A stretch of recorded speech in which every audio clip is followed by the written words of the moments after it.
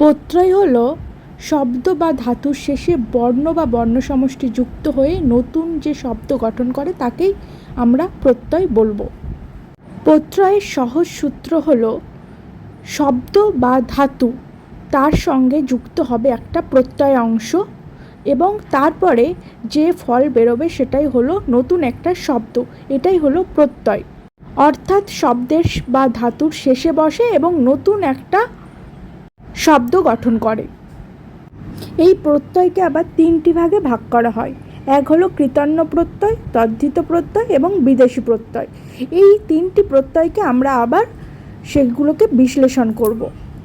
প্রথমেই আলোচনা করব কৃতন্য প্রত্যয় নিয়ে। কৃতন্য প্রত্যয় কাকে বলে? ধাতুর সঙ্গে যে প্রত্যয় যুক্ত হয়ে নতুন শব্দ তৈরি করে তাকে কৃতন্য প্রত্যয় বলে। তাহলে কৃতন্য প্রত্যয়ের সাথে কিন্তু কৃতন্য প্রত্যয় করতে গেলে ধাতুর সঙ্গে প্রত্যয়ের যোগ হবে, শব্দের সঙ্গে কিন্তু নয়। বারবার মনে করিয়ে দিচ্ছি আমি।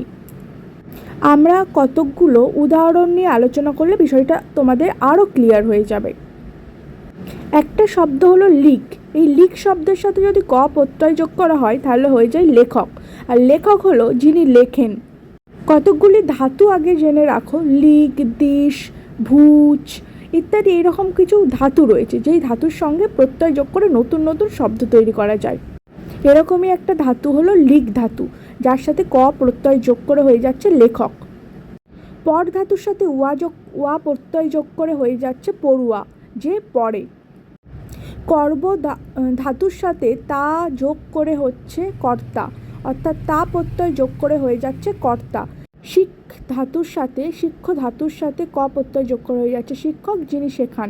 খেল ধাতুর সাথে আর প্রত্যয় যোগ করে হয়ে যাচ্ছে খেলোয়াড়, যে খেলে বা খেলা করে যে সেই হলো খেলোয়াড়। ধন্যবাদ।